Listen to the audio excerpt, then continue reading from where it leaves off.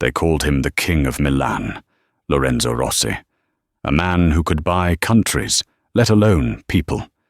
He was used to women falling at his feet and men trembling in his shadow.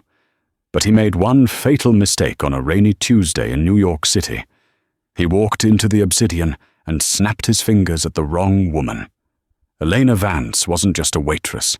She was a ticking time bomb of dignity who had nothing left to lose. When Lorenzo pushed her too far, she looked him dead in the eye and gave him a warning that silenced the entire room. "Man, don't dare me." Lorenzo laughed. He thought he had won. He thought he could ruin her.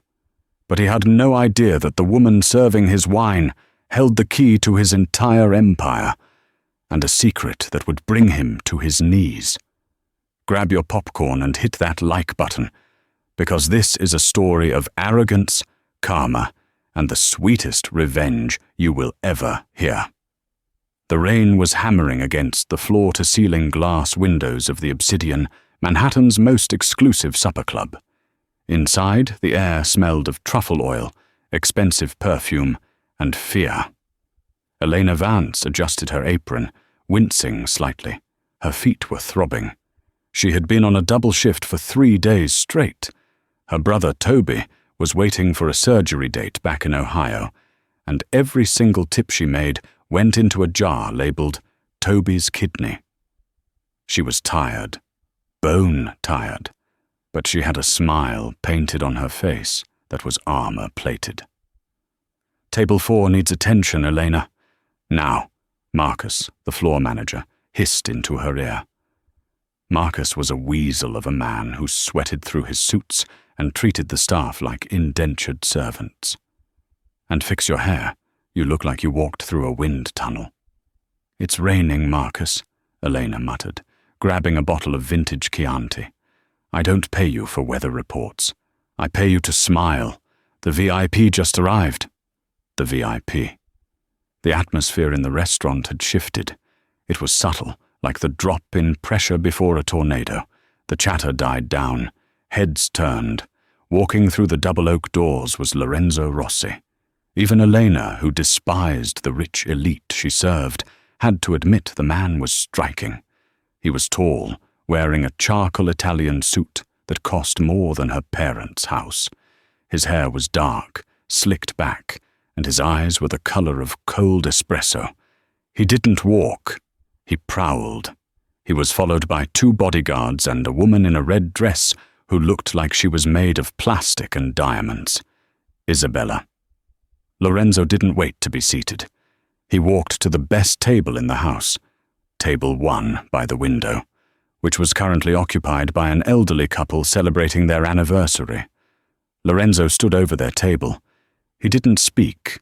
He just looked at his bodyguard, a massive man named Bruno. Bruno tapped the elderly man on the shoulder. "Mr. Rossi would like this table." "But we haven't finished our dessert," the old man stammered. "Check is on us," Lorenzo said, his voice smooth like velvet wrapped around a dagger. "Go." It wasn't a request. The couple scrambled up, humiliated, leaving their half-eaten tiramisu. Lorenzo sat down, checking his gold watch, looking bored. Isabella sat opposite him, scrolling on her phone. Elena felt a fire ignite in her chest. She hated bullies. She tightened her grip on the wine bottle and marched over. "Good evening," Elena said. Her voice clipped. "Here are the menus." Lorenzo didn't look up. He was adjusting his cufflinks. "Water, sparkling, and bring me the manager. This tablecloth has a crumb on it." There was no crumb. "I can change the cloth for you, sir," Elena said, reaching for the water glass. "I said," Lorenzo finally looked up, his eyes locking onto hers with terrifying intensity. "Bring the manager. I don't speak to the help unless I'm ordering." Elena froze. She took a breath. "Think of Toby. Think of the surgery." "Of course, sir." She turned to leave, but as she did, Isabella laughed. "God, Lorenzo, why is the staff so slow here? And look at her shoes. Are those from a thrift store?" Lorenzo smirked. Standards are slipping. He reached out and grabbed Elena's wrist as she passed. His grip was strong, bordering on painful. "Hey, waitress." Elena stopped. The restaurant went silent. "You missed a spot," Lorenzo said, pointing to his own pristine shoe. "There's a drop of water. Wipe it." Elena stared at him. "Excuse me? You walked past with your wet umbrella earlier. You dripped on my shoe. Wipe it off." He pointed to the ground. "With your napkin. Down on your knees." It was a power play. Pure and simple. He was bored, he was cruel, and he wanted to see how far he could push the little people.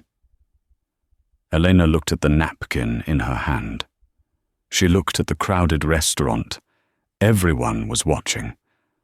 Marcus was sprinting toward them, looking pale. "Sir, I didn't drip on your shoe," Elena said calmly. "And I'm not getting on my knees." Lorenzo's eyes narrowed. He released her wrist and leaned back, pulling a wad of cash from his jacket pocket. He threw $100 bill on the floor. Then another. Then another. $500, Lorenzo said lazily. "Just to wipe the shoe. Easy money for a girl like you, right?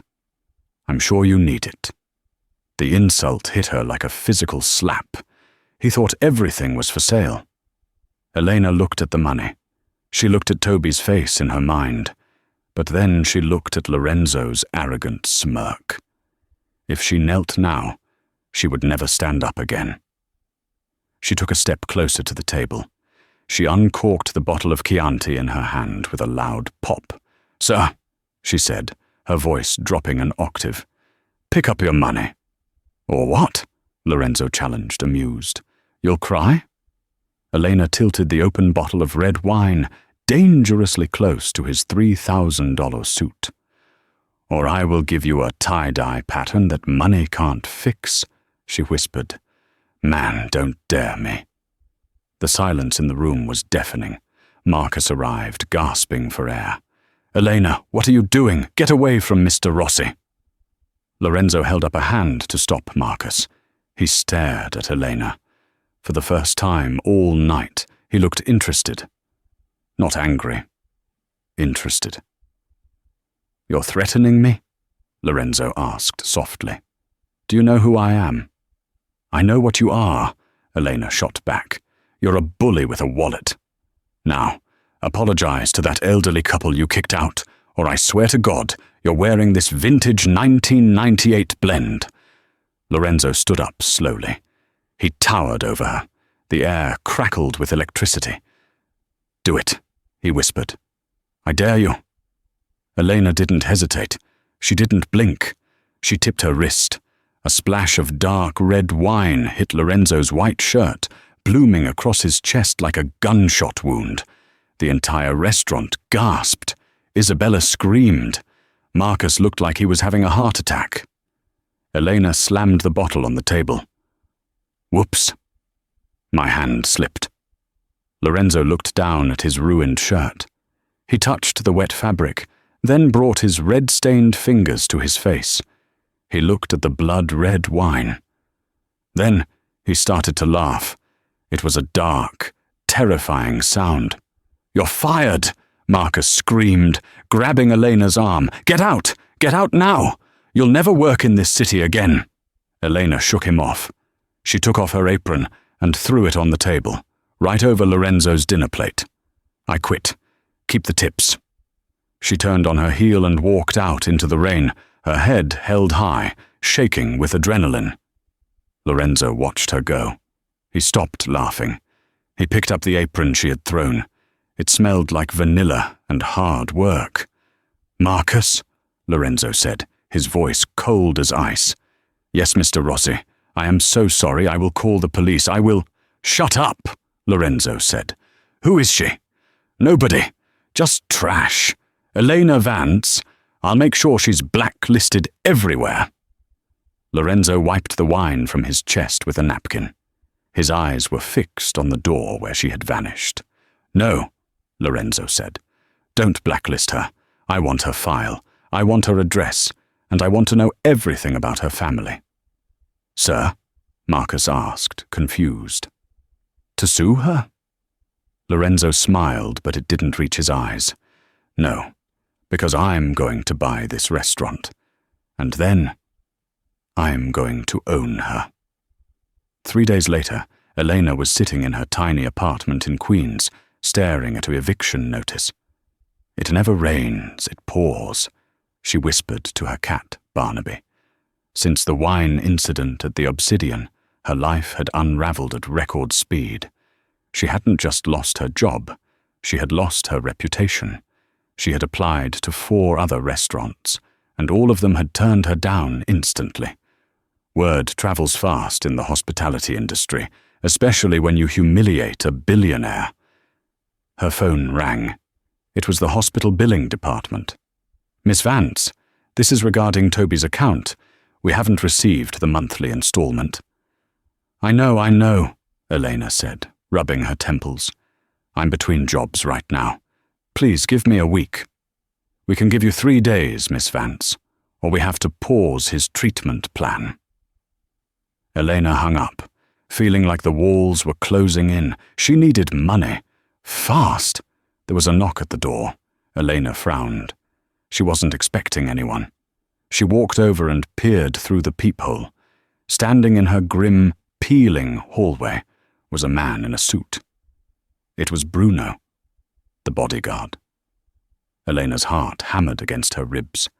Had Lorenzo sent him to hurt her? To sue her? She opened the door a crack, keeping the chain on. What do you want? She demanded. Bruno held up a thick, cream-colored envelope. Mr. Rossi has a proposition for you. Tell Mr. Rossi he can go to hell. It pays $10,000 a week, Bruno said flatly. Elena froze. 10,000. That would cover Toby's treatment for months. It would clear her rent. Doing what? She asked, suspicious. Waitressing, Bruno said. He wants you back at the Obsidian. He wants me to serve him so he can humiliate me, Elena realized. He wants to torture me. Probably, Bruno shrugged. But the check clears. Do you want the envelope or not? Eleanor looked at the envelope.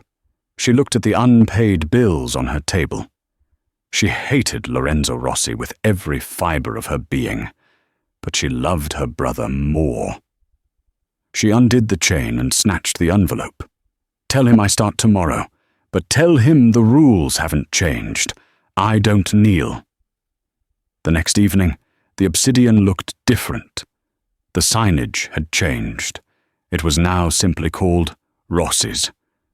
He had bought the building. He had bought the block.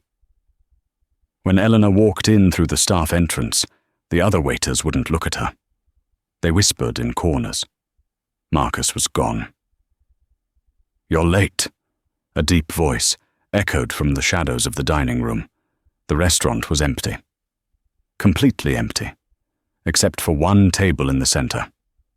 Lorenzo sat there, wearing a fresh suit, sipping an espresso. Elena walked over, wearing her uniform. It felt heavier than before. We don't open for another hour. We aren't opening tonight, Lorenzo said calmly. I closed the restaurant to the public. Why? Private party. Lorenzo gestured to the empty chair opposite him. Sit. I'm the waitress, not the guest. Sit. Lorenzo's voice cracked like a whip. Elena sat. She kept her back straight. What is this game, Lorenzo? You offered me $10,000 a week. I'm here to work. Lorenzo leaned forward. You humiliated me, Elena. In front of the city. Nobody does that. You deserved it. Perhaps, he conceded, shocking her. But debts must be paid. You need money for your brother, Toby. Kidney failure, stage 3. Very sad. Elena stood up, her chair scraping loudly. How dare you? If you go near my brother, I'm paying for his surgery, Lorenzo said. Elena stopped. The air left her lungs. What? I bought the hospital wing too. I moved him to a VIP suite this morning. Top specialists. Elena felt dizzy. This man was a monster, but he was playing God with her life. Why? What do you want from me? Sex? Because the answer is no. Lorenzo laughed, a dry, humorless sound. I can get sex anywhere, Elena. I don't need to buy it from a waitress with an attitude problem. No, I want something else. He slid a contract across the table. My family, the Rossi dynasty. We have a tradition. To inherit my grandfather's full estate, specifically a vineyard in Tuscany that is worth billions, I must be married by my 30th birthday, which is in 2 months. Congratulations, Elena said. Ask plastic Barbie Isabella. Isabella is a shark. She wants my money. If I marry her, she'll take half the company in the divorce, Lorenzo said. I need someone who hates me. Eleanor blinked. Excuse me? I need a fake wife, Lorenzo said. Someone I can pay to wear the ring, smile for the cameras, sign a prenup that gives her nothing but a flat fee, and then divorce me quietly in a year. I need someone who won't fall in love with me. Someone who finds me repulsive. He looked at her, his dark eyes gleaming. You are the only woman I've ever met who looks at me like I'm dirt. You are perfect. Elena stared at the contract. It was insanity. It was a deal with the devil. And if I say no? Then I fire you. I pull the funding for Toby's surgery, and I ensure you never work again. You are blackmailing me into marriage, Elena hissed. I am making a business deal, Lorenzo corrected. 1 year. You play the part of the doting wife. You make Isabella jealous, so she leaves me alone. You help me secure the vineyard. In return, your brother lives, and you walk away with $5 million. Elena looked at the pen. I have one condition, she said. Lorenzo raised an eyebrow. You are in no position to make demands. Yes, I am, because you need someone who hates you, right? Well, I'm the best candidate you've got. So here is my condition. Name it. I don't live with you. I don't sleep with you. And in public, I don't have to agree with you. I won't be a doormat. Lorenzo smirked. He stood up and walked around the table, leaning close to her ear. I wouldn't have it any other way. Cara mia. A doormat wouldn't be believable. I need the fire. He held out the pen. Elena took it. Her hand was trembling, but she signed her name. Elena Vance. As soon as the ink dried, the doors of the restaurant burst open. Paparazzi flooded in, cameras flashing, blinding her. Lorenzo grabbed her waist and pulled her close, putting a blindingly energetic smile on his face. Smile, darling, he whispered through his teeth. Show the world how much you love me. Elena forced a smile that looked more like a snarl. I hate you, she whispered back. I know, Lorenzo replied, kissing her cheek for the cameras. Let the games begin. But neither of them knew the truth. The vineyard Lorenzo was trying to inherit? The one in Tuscany? It had a deed restriction. It couldn't be inherited by just any Rossi. It belonged to the bloodline of the estranged branch of the family.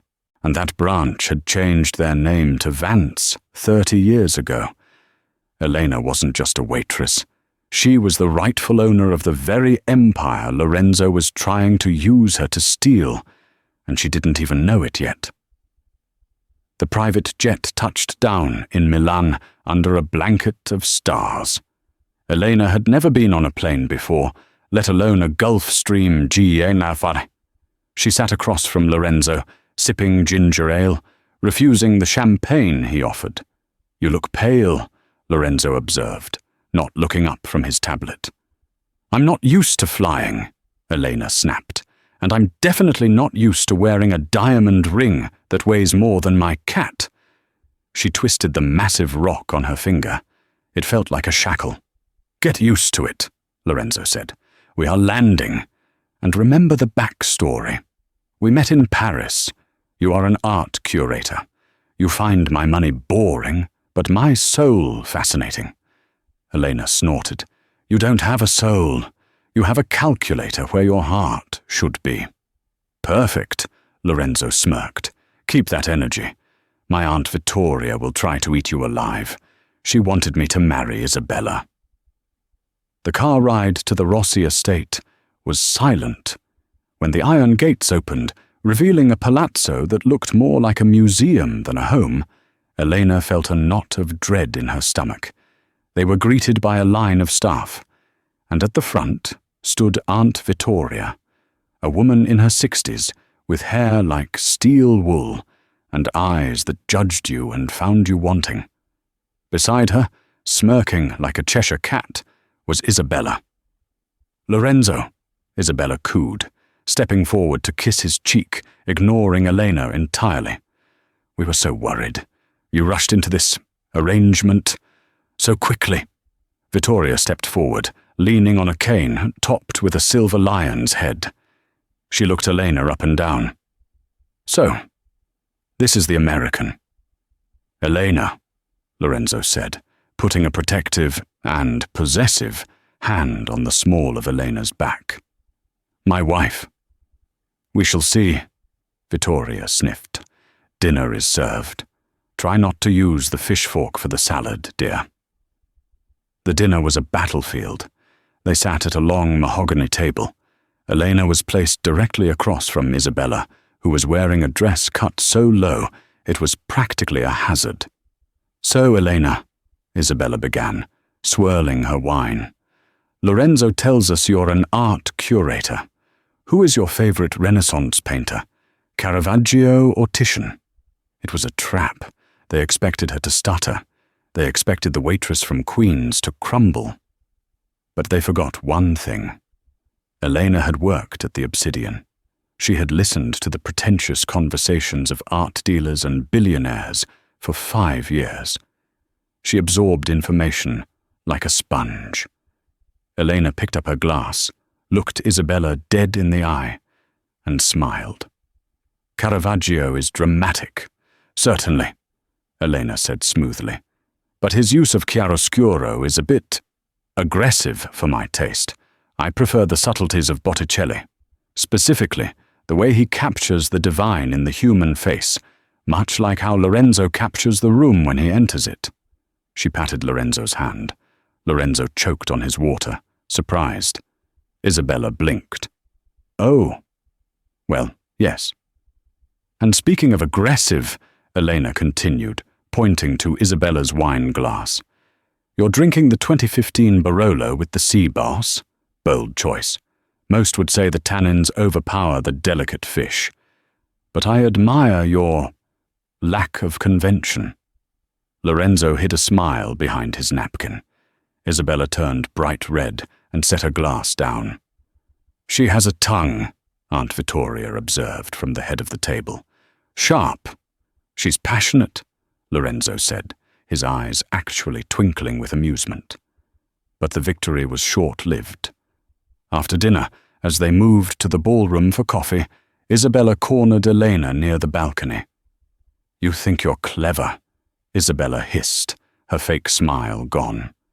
"But I know what you are. I did a background check. Elena Vance. You're a waitress, a college dropout. Your father was a drunk who died in debt, and your brother is a medical leech draining the system." Elena went cold. "Don't talk about my family." "I know everything," Isabella whispered, "and I'm going to tell Vittoria. Unless you leave. Tonight." Elena felt the walls closing in. If Isabella exposed her, the deal was off. Toby's surgery would be cancelled. Suddenly Lorenzo appeared.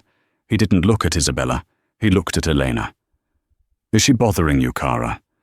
"She knows," Elena whispered, her voice trembling. Lorenzo turned to Isabella. His face was unreadable. "You know what, Isabella? I know she's a fraud, Lorenzo. She's a waitress. You picked her up off the floor." Lorenzo took a sip of his espresso. He looked calm, terrifyingly calm. "I know," Lorenzo said. Isabella's jaw dropped. "What?" "I know who she is." Lorenzo stepped closer to Isabella, his voice dropping to a lethal whisper. "And if you breathe a word of it to my aunt or the press, I will release the photos from your weekend in Monaco. You know the ones. With the senator?" Isabella went pale as a sheet. "Elena is my wife," Lorenzo declared, loud enough for the room to hear. "And she has more class in her little finger than you have in your entire bloodline. Get out of my house." Isabella fled, sobbing. Elena stared at Lorenzo. Her heart was pounding a strange rhythm. For the first time, the monster had used his claws to protect her, not hurt her. "Why did you do that?" she asked when they were alone. "Because," Lorenzo said, loosening his tie, "nobody bullies my employees, except me." He walked away, but Eleanor noticed something. His hand was shaking slightly. He wasn't as cold as he pretended to be. That night, Eleanor lay in the massive 4-poster bed in the guest room. She refused to sleep in the master. She couldn't sleep. She kept thinking about the name Isabella had mocked. Vance. Her father had always told her they came from good stock before the bad times hit. He used to tell stories about a castle on a hill. She always thought it was just drunk ramblings. She got up and walked to the window. The moon was shining over the Italian gardens. Down in the courtyard, she saw a figure. It was an old man, the gardener, pruning the roses at midnight. Elena felt a strange pull. She put on a robe and went down. "Buonasera," she whispered. The old man turned. He had weather-beaten skin and kind eyes. He looked at her, and then he dropped his shears. "Maria?" he gasped. "No," Elena said. "I'm Elena." The old man stepped closer, trembling. He reached out as if to touch her face, then pulled back. You look just like her, the Lady Maria. She ran away 30 years ago. To America." Elena's breath hitched. Maria was her grandmother's name. "Maria? Rossi?" Elena asked. "No." The gardener shook his head. "Maria wasn't a Rossi. She was the owner. The Rossis. They were just the managers back then, before the takeover."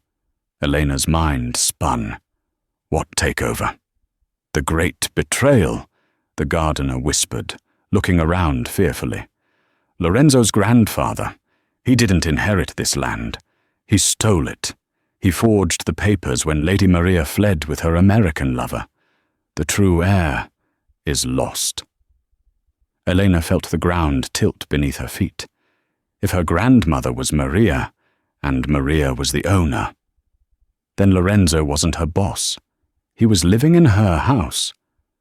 The drive to Tuscany the next morning was tense. Elena was quiet, her mind racing with the gardener's words. She needed proof.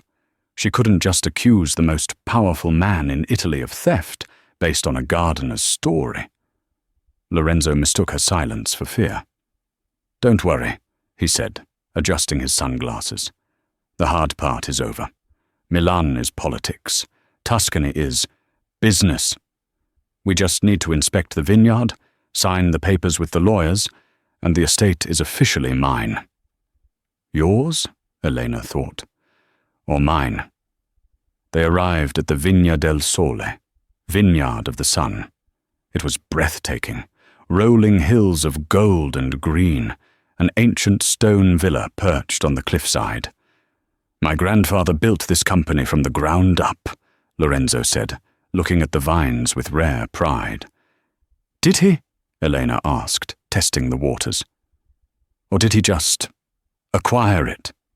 Lorenzo frowned. "What does that mean?" "Nothing. Just, history is written by the winners, right?" They were greeted by the estate manager, a man named Stefano, who looked nervous. "Mr. Rossi, we weren't expecting you until tomorrow." "I like surprises," Lorenzo said. "Prepare the tasting room and open the vault." Stefano paled. "The vault?" "But sir, the structural integrity. It's old. Open it." While Lorenzo went to deal with business, Elena wandered the villa. It felt strangely familiar. The smell of lavender and old wood triggered memories she didn't know she had. She found a hallway lined with portraits, Rossi men, stern, dark, arrogant. But at the end of the hall, there was a blank space, a hook where a painting used to be. "They took it down," a voice said behind her. It was Stefano. He was watching her closely. "Whose painting was there?" Elena asked. "The traitor," Stefano spat. "Maria. She abandoned her duty." "Or maybe she escaped," Elena challenged. Stefano's eyes narrowed. "You ask too many questions for a trophy wife." "And you sweat too much for an honest manager," Elena retorted. Stefano stepped closer, menacingly. "Mr. Rossi might be charmed by you, but I see a rat. Be careful where you sniff, girl. Old basements have deep holes." He walked away. Elena's heart hammered. She needed to get into that vault. An hour later, Lorenzo found her on the terrace. "Ready?" he asked. "We are going down to the cellar. The lawyers are bringing the deed." The cellar was deep underground, cool and damp, filled with barrels that had been aging for decades. The air was thick with the scent of oak and wine. "This is the heart of the empire," Lorenzo said, running his hand over a barrel. "My legacy." Elena felt a pang of sadness for him. He truly believed this was his. He had built his whole identity around it. If she destroyed that, what would happen to him? "Lorenzo," she said softly, What if you didn't have the money? What if you were just Lorenzo?" He looked at her, surprised by the question. He stepped closer. The dim light cast shadows on his sharp cheekbones. "Without the name? Without the money?" He paused. "I suppose I would be nothing." "No." Elena shook her head. She reached out instinctively and touched his arm. "You stood up for me last night. You didn't have to. That wasn't money. That was a man." Lorenzo stared at her. The air between them shifted. It wasn't hostile anymore. It was magnetic. He looked at her mouth. "Elena." "Don't," she whispered. "Don't dare me." "I am daring you," he murmured, leaning in. He kissed her. It wasn't a fake kiss for the cameras. It was hungry, desperate, and real. Elena felt a jolt of electricity that terrified her. She shouldn't be kissing the enemy. She shouldn't be falling for the man who bought her. But his hands were warm on her waist, and for a second she forgot the contract. She forgot the revenge. Clang! A loud metal sound echoed through the cellar. Lorenzo broke the kiss instantly. What was that? He ran to the heavy iron door. It was shut. He pushed it. Locked. "Hey!" Lorenzo shouted, pounding on the door. "Stefano, who's out there?" "So sorry, Mr. Rossi." Stefano's voice came muffled through the thick wood. "But there has been a change in management. Isabella made me a better offer." "Isabella?" Lorenzo roared. "Open this door." "She wants you to miss the signing deadline." Stefano laughed. "If you don't sign by midnight tonight, the estate goes into probate, and Isabella has the lawyers ready to contest the will. Enjoy the honeymoon." "You idiot!" Lorenzo kicked the door. "There's no air ventilation down here. If you leave us, we'll suffocate by morning." "Then breathe slowly," Stefano said. Footsteps receded. Silence fell. They were trapped. Lorenzo paced the small room like a caged tiger. "I'm going to kill him. I'm going to tear him apart." "Lorenzo, stop!" Elena said, trying to stay calm, though her pulse was racing. "Panicking uses more oxygen." "We are stuck in a stone box," Lorenzo yelled. He slammed his fist against a stack of old, dusty crates in the corner. The crates crumbled under his force. Crash. Glass shattered. Old papers flew into the air. "Great," Lorenzo muttered. "Now I'm destroying the inventory." Elena knelt down to help clean up the mess. She picked up a broken bottle. The label was handwritten, faded with age. "Cuve Maria." 1985, and beneath the bottle, inside a rotting wooden box that had broken open, was a leather-bound book. Elena picked it up. It wasn't an accounting ledger. It was a diary. "What is that?" Lorenzo asked, sitting down heavily on a barrel, loosening his collar. "It's a diary," Elena whispered. She opened the first page. The handwriting was elegant, looping. "To my daughter, who I hope will one day read this. They are trying to take it all. The Rossi family. They are vipers in our garden." Elena read on, her eyes widening. "Lorenzo," she said, her voice shaking. "You need to look at this. I don't care about old books, Elena. I care about getting out. Read it!" She shoved the book at him. Lorenzo took it reluctantly. He squinted in the dim light. He read the first page, then the second. His face went pale. This says my grandfather was the estate manager," Lorenzo whispered. "That he forged the signature of the owner." He looked up at Elena. The owner's name was Maria Vance. The silence in the cellar was heavier than the stone walls. "Vance?" Lorenzo repeated. He looked at Elena. "Your name?" "My grandmother," Elena confirmed, tears pricking her eyes. "She didn't run away. She was chased away. By your family." Lorenzo stood up, backing away from her as if she were a ghost. "You knew. You planned this. You came to the Obsidian to destroy me." "I didn't know," Elena cried. "I found out yesterday. The gardener told me I looked like her." "Liar!" Lorenzo shouted. "You played me. The spilled wine, the attitude, the poor waitress act. It was all a con to get back your inheritance." "I did it to save my brother," Elena screamed back. "You're the one who kidnapped me into this marriage." Lorenzo looked at the diary, then at the locked door. He looked devastated.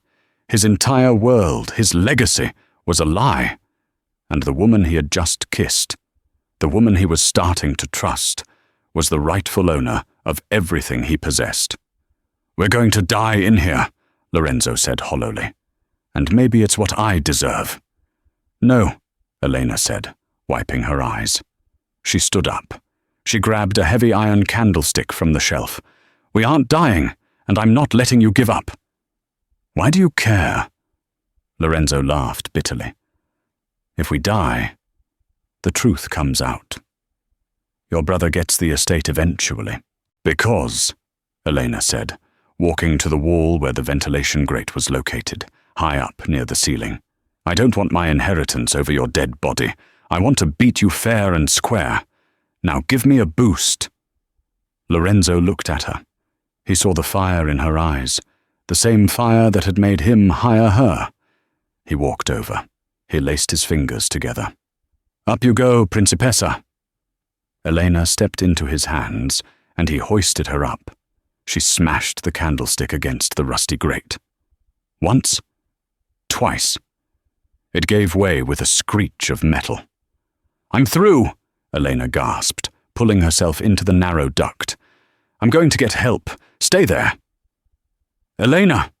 Lorenzo called out as she crawled away. "What?" "If we get out of this," Lorenzo's voice echoed in the darkness, "everything changes." "I know," Elena called back. "Get your lawyers ready, Lorenzo, because once I open this door, I'm taking back what's mine." She crawled into the dark, leaving the billionaire alone in the dark with the truth that would ruin him. The ventilation shaft was a nightmare. It was narrow, filled with 50 years of dust, spiders, and the suffocating heat of the Tuscan summer. Elena crawled on her elbows, her expensive dress tearing on jagged metal screws. Her knees were bleeding. "Keep going," she told herself. "For Toby. For the truth. For him." She kicked a final grate and tumbled out onto the grass of the villa's back garden. She gasped for air, coughing up dust. She looked at the villa. The lights were blazing in the main library. It was 11:45 p.m., 15 minutes to midnight. Elena scrambled to her feet. She didn't look like a billionaire's wife anymore. She looked like a wild animal. Her hair was a bird's nest, her face smeared with soot. She kicked off her heels and ran barefoot across the gravel. Inside the library, the atmosphere was celebratory. Isabella was pouring champagne. Stefano was laughing with 3 lawyers in expensive suits. A notary sat with a stamp, waiting. "It's a shame Lorenzo couldn't make it," Isabella purred, swirling her glass. "But absence is a form of consent, isn't it? If he doesn't sign the renewal by midnight, the board, meaning me, takes executive control." "Technically, yes," the lead lawyer said, checking his watch. 10 minutes. Crash. The double doors of the library slammed open. The room went silent. Everyone turned to stare at the woman standing in the doorway. She was covered in black dust, bleeding, and vibrating with rage. "Elena!" Isabella gasped. "My God, look at you! Did you fall down a chimney?" "Get the keys," Elena rasped, pointing at Stefano. Stefano froze. "I don't know what you mean." "The cellar keys!" Elena screamed, grabbing a heavy bronze statue from a side table and holding it like a weapon. "Give them to me, or I will break every bone in your hand." The lawyers looked terrified. "Mrs. Rossi, please calm down." "He locked us in," Elena shouted to the lawyers. "Stefano and Isabella locked Lorenzo in the airtight cellar to kill him so they could steal the company." Isabella laughed nervously. "She's hysterical. Look at her. Clearly a mental breakdown. Someone call security." "If you don't believe me," Elena panted, "go to the cellar. If I'm lying, arrest me. But if I'm right, you're all accessories to attempted murder." The lead lawyer stood up. He looked at Stefano, who was sweating profusely. "Give me the keys, Stefano." "No, she's crazy." The lawyer snatched the keys from Stefano's belt. "I'll check myself." 5 minutes later, the cellar door creaked open. Lorenzo Rossi stepped out. He wasn't the impeccably groomed billionaire they knew. His tie was gone, his shirt was unbuttoned, and his eyes were dark with a cold, terrifying fury. In his hand, he clutched the leather diary. He walked past the lawyers. He walked past Elena, giving her a brief, unreadable glance. He walked straight up to Stefano. Stefano backed away. "Mr. Rossi, it was a misunderstanding." Whack! Lorenzo didn't punch him. He slapped him. It was a backhand slap so hard it knocked Stefano into the bookshelf. "You're fired," Lorenzo said softly. "Get off my property before I throw you off the cliff." Stefano scrambled away, running out the door. Lorenzo turned to Isabella. She was trembling, clutching her pearls. "Lorenzo, baby, I had no idea." Stefano acted alone. "Save it," Lorenzo said. "The police are on their way. I recorded the conversation through the door before Eleanor escaped. I heard you laughing." Isabella's face crumbled. She looked around for an ally, but found none. She turned and fled into the night, her heels clicking frantically on the marble. The room was quiet. The clock chimed. Midnight. "Mr. Rossi," the lead lawyer said, clearing his throat. "We are relieved you are safe. But the deadline. You need to sign the papers now to retain ownership of the estate." He held out the golden pen. Lorenzo looked at the pen. Then he looked at Eleanor. She was standing by the fireplace, shivering, hugging herself. She looked small, but her eyes were fierce. Lorenzo walked over to the lawyer. He took the pen. "The estate," Lorenzo said, his voice echoing in the silent room. "The vineyard, the billions. It all relies on the grandfather clause, correct? That the land has passed down through the rightful bloodline." "Yes, sir," the lawyer said. Lorenzo held up the rotting, leather-bound diary. "Then I cannot sign." "What?" The lawyer blinked. "Sir, if you don't sign, you lose everything. It goes into probate. You'll be bankrupt." "I cannot sign," Lorenzo repeated, "because I am not the owner." He turned and walked toward Elena. He stopped inches from her. He took her dirty, bleeding hand and placed the diary in it. "Tell them," Lorenzo whispered to her. Elena looked at him. She saw the pain in his eyes. He was giving it up. All of it. "This diary belongs to Maria Vance," Elena said, her voice gaining strength. "My grandmother. She was the owner of Vigna del Sole. Lorenzo's grandfather stole it." The lawyers gasped. Papers were shuffled. This changes everything," the lawyer stammered. "If this can be authenticated, Mrs. Rossi, I mean, Miss Vance, you are the sole heir." Elena looked at the diary in her hand. It was the victory she wanted. It was the karma she had warned him about. "Man, don't dare me." She had won. She looked up at Lorenzo. She expected him to be angry, to fight, to beg. Instead, Lorenzo buttoned his jacket. He looked stripped bare, but strangely dignified. "My lawyers will facilitate the transfer," Lorenzo said formally. "Every penny. The accounts, the properties, the cars. It's all yours, Elena. It always was." He bowed his head slightly. "I'm sorry. For the restaurant. For the contract. For everything."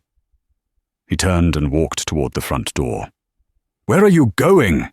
Elena called out, panic suddenly rising in her chest. Lorenzo stopped, hand on the brass knob. He didn't look back. "I'm a Rossi," he said. "We are thieves. I'm going to find somewhere to be someone else." He opened the door and walked out into the dark Tuscan night.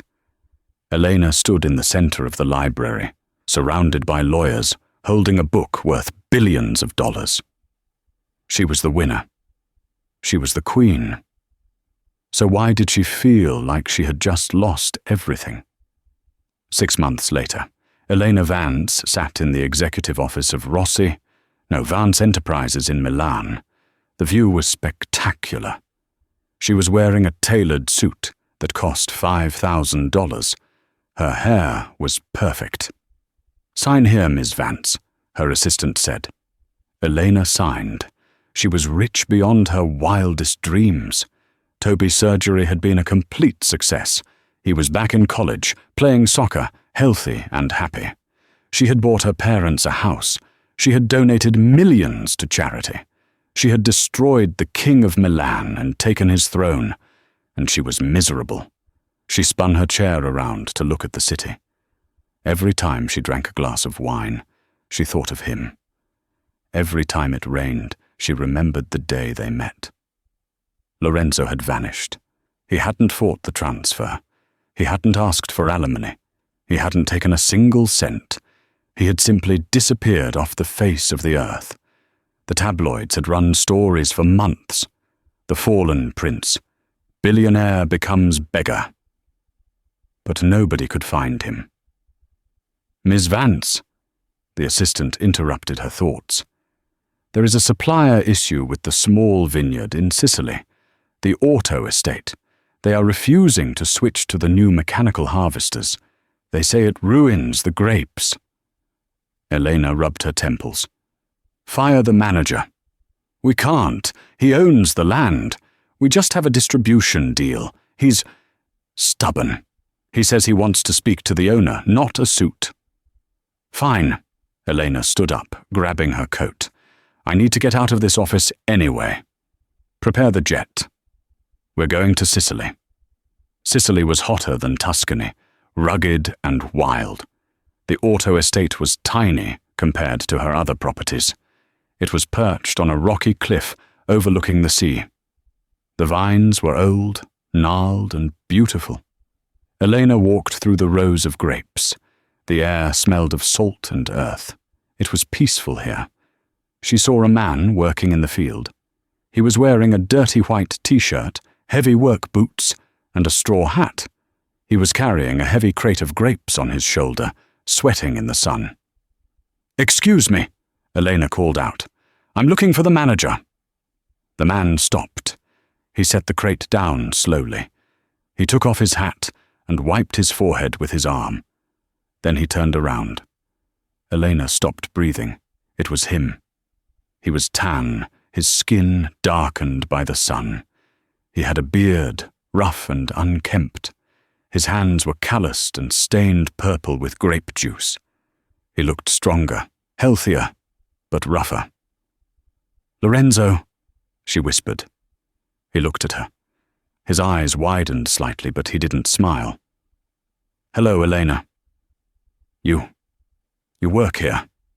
"I own it," he said, gesturing to the small patch of land. It was the only thing my grandfather bought legally, before the crimes. It was left to me. It's only 10 acres. But it's mine. Elena walked closer. Her heels sank into the dirt. "You disappeared. I tried to find you." "Why?" Lorenzo asked, picking up a pair of shears. "To gloat? To check if I was sleeping under a bridge?" "No," Elena said. "To thank you. You gave it all back. You didn't have to make it so easy." "It wasn't mine," Lorenzo shrugged, turning back to the vines. "I was tired, Elena. Tired of the suits, the lies, the fake friends like Isabella.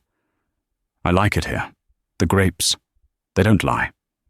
If you treat them bad, they die. If you treat them good, they grow. It's honest." "And you're refusing my mechanical harvesters," Elena said, trying to keep her voice steady. "Machines bruise the fruit," Lorenzo said passionately. "You have to pick by hand.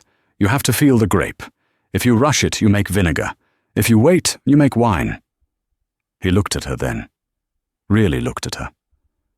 "You look tired, Elena. Being a queen is heavy, isn't it?" "I hate it," she admitted. The words tumbled out. "I sit in meetings all day. I argue with lawyers. I miss waiting tables. I miss people." "Then quit," Lorenzo said. "I can't. It's my legacy, my family. Legacy is just a story we tell ourselves so we don't feel lonely," Lorenzo said. He took a step closer. "Are you happy?" "No," she whispered. "Me neither," Lorenzo admitted. "I have peace here. But I don't have—" He stopped. "You don't have what?" "I don't have anyone to dare me." He smiled, a small, sad smile. Elena felt tears prick her eyes. "I kept the ring," she said, pulling the chain from under her shirt. The massive diamond hung there, close to her heart. Lorenzo looked at it. He reached out, his rough, stained fingers brushing her skin. "Sell it," he said. "Buy a boat. Sail away." "I don't want a boat," Elena said. "I want a partner. Someone who knows the business. Someone who knows the difference between a 2015 Barolo and vinegar." "I'm a peasant now, Elena. I can't offer you anything. Look at me." He held up his dirty hands. Elena reached out and took his hands in hers. She didn't care about the dirt. "You once told me to wipe your shoe," she said softly. Lorenzo winced. "Please, don't remind me. I was an arrogant fool." "You were," she agreed. "But you also climbed into a vent to boost me up. You also gave up $1 billion fortune because it was the right thing to do." She stepped closer, invading his personal space. "I have a proposition for you, Mr. Rossi." "Oh?" Lorenzo's breath hitched. "I need a CIO to run the boring stuff in Milan. The lawyers, the suits. I hate it." Lorenzo shook his head. "I'm not going back to that life." "Fine," Elena smiled. "Then I have a second proposition. I need an estate manager for my private reserve. Someone to teach me how to grow grapes the right way. By hand." "And what is the pay?" Lorenzo asked, his eyes searching hers. "Bad," Elena said. "Terrible hours. The boss is demanding. She has a temper." "Does she still throw wine on people?" "Only when they deserve it." Lorenzo dropped the shears. He wrapped his arms around her waist and pulled her against his dirty t-shirt. "I accept," he whispered. "Man, don't dare me," Elena warned, smiling through her tears. "I dare you," Lorenzo said. "I dare you to love me. For real this time." He kissed her. And this time, under the Sicilian sun. It tasted like grapes, sweat, and a second chance. 2 years later. Rain slicked the streets of New York City, reflecting the neon lights of Fifth Avenue, just as it had on that fateful Tuesday when a waitress warned a billionaire. But tonight, the atmosphere inside the building was unrecognizable. The sign out front no longer said The Obsidian. It read simply, Vance and Rossi. Inside, the restaurant was warm, loud, and alive. There was no VIP section. At the center table, the mayor of New York sat next to a table of school teachers. Eleanor had insisted on it. Good food is for everyone, not just the ones who can buy the building. Eleanor stood on the balcony, looking down at the sea of happy guests. She wore a dress of deep burgundy silk, the color of their signature vintage. She wasn't just a waitress anymore. She was a queen who had reclaimed her kingdom. You're thinking about it, aren't you? Lorenzo wrapped his arms around her from behind, resting his chin on her shoulder. He looked different. The armor was gone. He wasn't wearing a three-piece suit designed to intimidate. He wore a relaxed linen blazer, open at the collar. His eyes, once cold as espresso, were now warm and crinkled with laughter lines.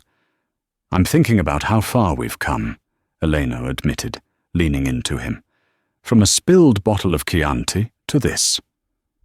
From enemies to whatever we are now, Lorenzo teased, kissing her temple. Partners, she corrected, and soulmates. Suddenly, a harsh voice cut through the ambient jazz music. Hey, boy, I said sparkling, not still. Elena froze. She looked down at table 4, the exact spot where their war had begun. A young man in a flashy designer suit was snapping his fingers at Leo, a nervous teenager working his first shift as a busboy. Do you know who my father is? The young man shouted, throwing his napkin on the floor. This service is trash. Get me the manager. The entire restaurant went silent. It was a ghost from the past. Elena stiffened, ready to march down there, but Lorenzo gently touched her arm. Let me. He walked down the grand staircase. He didn't prowl like a predator anymore. He descended with the quiet confidence of a man who had nothing to prove. He approached table 4 and signaled for Leo to step back. Is there a problem? Lorenzo asked softly. Yeah, you're the problem, the young man sneered. Look at this napkin. Pick it up. I'm the son of Senator Davis. I can buy and sell this place. Lorenzo looked at the napkin. Then he looked at the young man. He didn't get angry. He just smiled. A sad, knowing smile. I remember being you, Lorenzo said, his voice carrying through the silent room. I remember thinking that shouting made me tall. I remember thinking that money made me right. Excuse me? The man stood up, puffing his chest. Are you lecturing me? I'll ruin you. You can try, Lorenzo said calmly. But in this house, currency is different. We trade in respect. Lorenzo gestured to the door. Your check is cancelled. The meal is on the house. But you have to leave. We don't serve bullies here. The young man turned red. You can't kick me out. Actually, Elena said, stepping up beside her husband and taking his hand. He can.